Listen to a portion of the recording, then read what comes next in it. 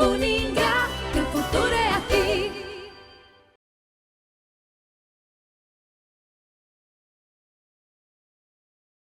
Olá, professora Denisa, dando continuidade na nossa disciplina de controladoria. Bem, na aula de hoje nós vamos dar continuidade também nas dimensões da controladoria, suas funções e o papel do controller. Então, a princípio, a controladoria, como nós já vimos na aula anterior, funciona como um instrumento de controle e gerenciamento por atividades e de atividades. Então, como isso funciona por e de, Então, por atividades quer dizer o quê? Eu tenho a função comercial, a administrativa, financeira, a de produção e a gestão de pessoas. Então, de forma sistêmica, cada área ela possui suas atividades, E ela requer o quê? Que sejam estabelecidas atividades dentro dessas atividades, ou seja, normatizar cada etapa desse processo.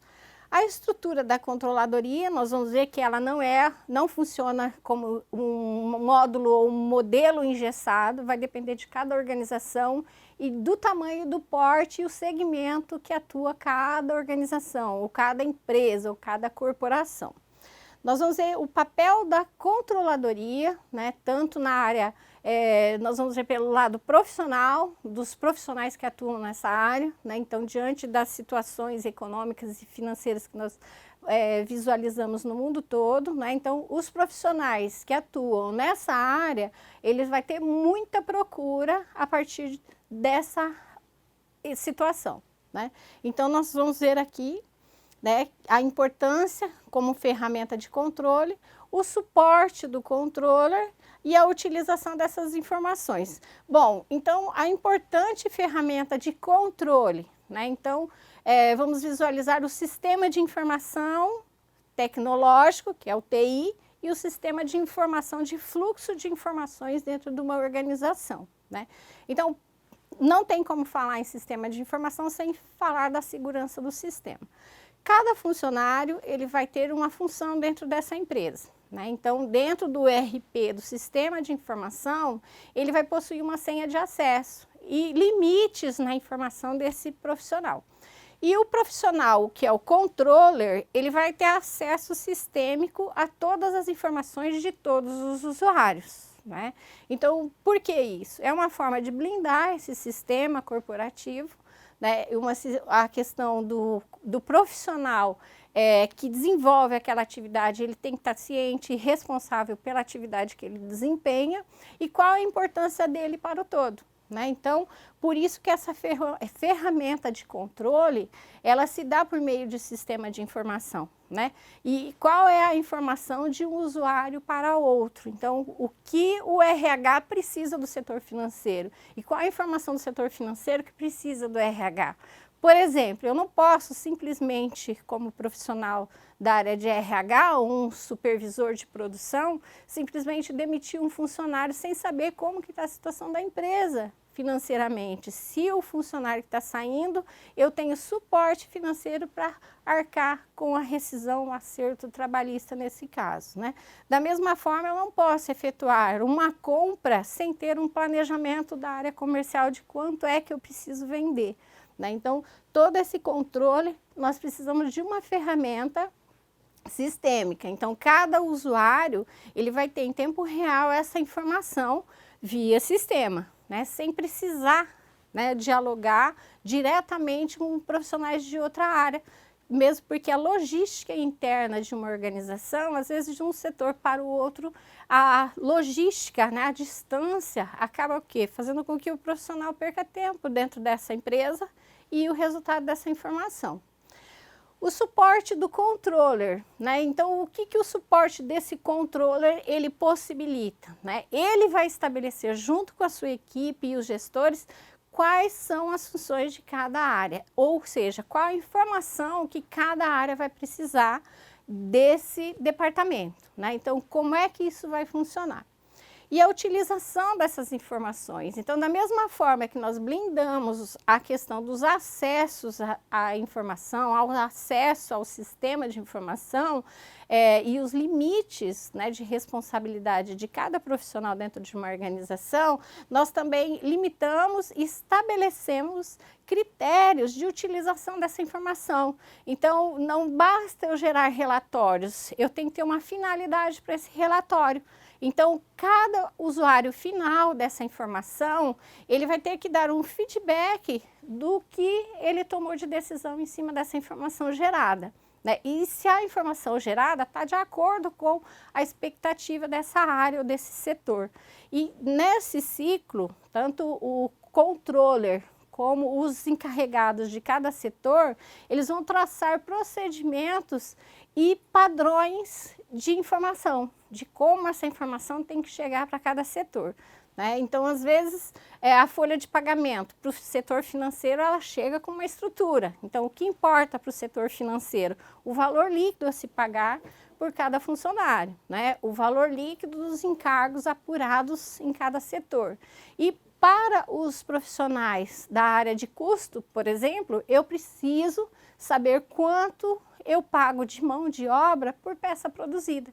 Então, o setor da folha de pagamento, ele vai passar a informação para o setor de custo, que normalmente ele está integrado com o setor de controladoria, que ele vai o quê? Precificar os produtos estabelecendo o valor da unidade relacionada à mão de obra desses profissionais, né, com base na informação da folha de pagamento, né. A comunicação, né, então como se dá o comunicado do efeito econômico e os fatos de assegurar o quê? Uma subsistência da organização. Então, nenhuma empresa é constituída para dar prejuízo, toda empresa é constituída para obter lucro, né? Então, quando você visualiza, né, como contadora, uma empresa que ela vem consequentemente no prejuízo, então onde que está a falha, né? Então, é necessário que os gestores identifiquem como que está sendo o processo de gestão financeira e econômico, né? E que se estabeleça uma forma de organização e de obtenção de lucro, né? Então, é possível a empresa obter lucro sendo pequena, de pequeno porte, né? Depende da forma que se planejou essa empresa, né? Então, a controladoria desse fator de asseguração da subsistência da organização, ela é um suporte, é um alicerce a mais além da própria contabilidade, para que a empresa projete-se para o futuro. Então, nós verificamos dentro da controladoria quais são as despesas excessivas. Por exemplo, estabelecemos uma retirada fixa para os gestores, né? Então, quando a gente visualiza uma empresa pequena, uma empresa familiar, né? Então, quando você inicia esse trabalho, você identifica a retirada não conforme de valores do caixa da empresa pelos sócios.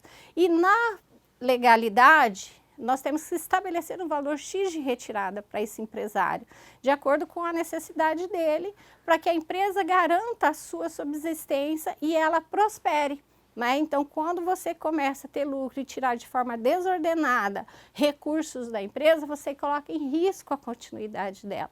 E quando você implanta essa controladoria, é possível estabelecer o quê? Orçamentos para cada área. Então, você não vai gastar de forma excessiva, né? Não vai comprar de forma excessiva, você vai comprar em cima de um planejamento. Por exemplo, se eu vou produzir X caixas de um determinado produto, eu sei quanto que eu vou precisar de matéria-prima para produzir aquela quantidade necessária sem desperdício, sem deixar em estoque e sem faltar matéria-prima para terminar esse pedido para a entrega dessa mercadoria, né? Aí nós temos aqui a controladoria, né, e o controle geral em forma de gráfico. Então, como isso funciona na prática?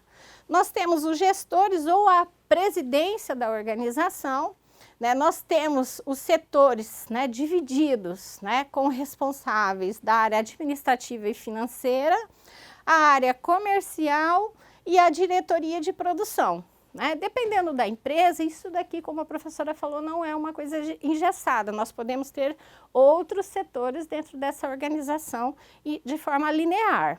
A controladoria, ela funciona como um suporte nessa organização. Alguns fluxogramas, alguns gráficos dentro de algumas organizações, a controladoria ela pode estar o quê? Abaixo da responsabilidade da presidência, né? Como um suporte que vai o quê? Coordenar todo o trabalho, né? Como também ela pode estar o quê? Como um departamento, simplesmente, dependendo do porte da empresa. Então, quem vai decidir isso? É o profissional da controladoria, juntamente com os gestores, de que forma que vai funcionar essa hierarquia dentro do meio empresarial. O responsável pelo sistema de informação gerencial, né? Então, o sistema de informação gerencial, eu vou ter o quê? A equipe de TI, né? Que vai o quê? Fornecer os acessos e limitar os acessos do sistema de informação ERP, que é o quê? Os computadores e os sistemas de gestão dessas informações, né? E o responsável da gestão, ele tem que estar ligado diretamente também com a controladoria. Por quê? Dentro do plano de contas contábeis, né? Então, quando eu trabalho num caixa de uma empresa, cada conta que eu pago, ela tem que estar cadastrada de acordo com o plano de contas contábeis da empresa, né? Então, eu não posso confundir custos e despesas ou contas a pagar com as contas de resultado, por exemplo, né? Então, esse setor, o responsável pela informação gerencial da empresa, é o quê? Um planejamento futuro, com base numa realidade, né, de um estudo de um determinado período dessa organização, que eu vou traçar essa realidade futura. Que possibilidade o controle gerencial? Então, aqui nós trouxemos um modelo, né, um modelo básico desse processo todo, né? Nós temos aqui os eventos de desempenho, então como que eu vou provar o desempenho dessa organização. Nós temos a eficiência e a eficácia, então quanto mais rigoroso é o sistema, mais eficaz ele vai ser, né? Nós temos os atributos, né, que asseguram a criação de valores, né? Então, como se cria valor numa organização, né? Então, através de treinamento da minha equipe, né, através da informação correta e consciente, né, nós teremos o resultado necessário para cada área, como nós já vimos, né? A comunicação, então, como que nós vamos nos comunicar entre os nossos pares e a gestão da empresa e dentro da própria controladoria. De que forma que nós transformamos esses dados numa linguagem entendida para cada diretor ou cada supervisor. E essa é a função da controladoria. Então, essa função sistêmica, esse modelo é um modelo básico.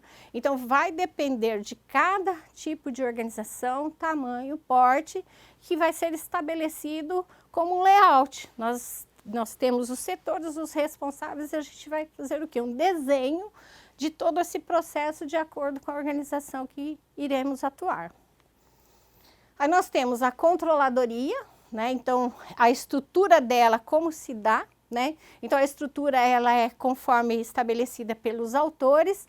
O modelo básico, né, que ele vai trazer o sistema de informação gerencial, que é o que? A linguagem da controladoria, o planejamento e controle e também a área contábil e fiscal, né? No planejamento e controle, nós temos que discutir o quê? Os planos, estratégias, os orçamentos, estudo da viabilidade econômica. Então, o que seria essa viabilidade econômica, né? Por exemplo, o lançamento de um produto, abrir uma nova região na área comercial, contratar uma nova equipe, estabelecer outros padrões de produção dentro da linha de produção e análise gerencial de custos. Então, o custo, ele funciona como um segundo coração ou o pulmão da empresa. Então, a partir do momento que eu conheço os custos de produção da minha empresa, eu consigo estabelecer um preço de vendas mais realístico e que vai me trazer um retorno mais certeiro, né? A contabilidade por responsabilidade, então a responsabilidade de cada setor em alimentar a informação contábil. Então, a contabilidade, ela já começa na hora que eu recebo mercadoria no meu setor de estoque. Por exemplo, a hora que eu dou entrada numa nota, eu já estou alimentando o setor de compra, matéria-prima, estoque, né?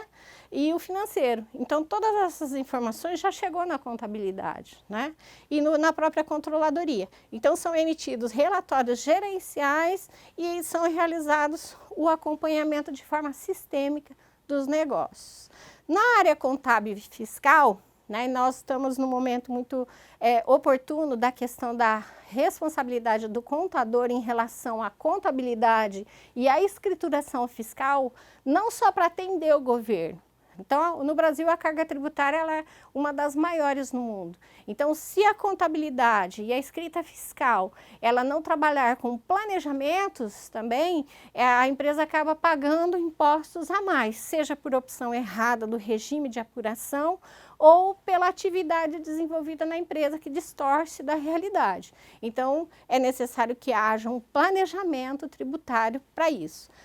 A questão da contabilidade financeira, que são as análises, né, de capital de terceiro, recurso próprio, os indicadores de investimento também.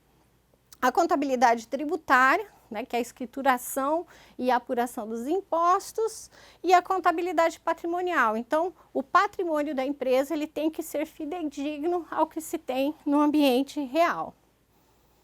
A estrutura da contabilidade, né, nós temos a controladoria, quando estruturada corretamente na empresa, cumpre de forma eficaz e eficiente o seu objetivo. Metas estabelecidas para cada área, melhora considerável na gestão e dos responsáveis pela tomada de decisão. Então, o gestor consegue tomar decisão com dados mais realísticos.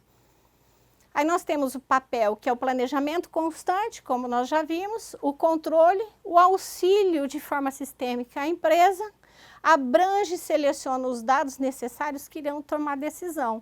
Então, o que não é necessário para aquele momento, para a minha decisão, não tem por que eu gerar informações e relatórios que vai ser o quê? De forma de desperdício para aquela área, se eu estou gerando informação a mais.